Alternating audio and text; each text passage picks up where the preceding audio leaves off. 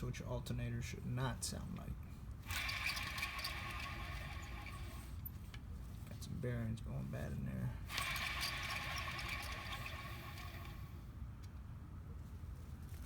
New alternator.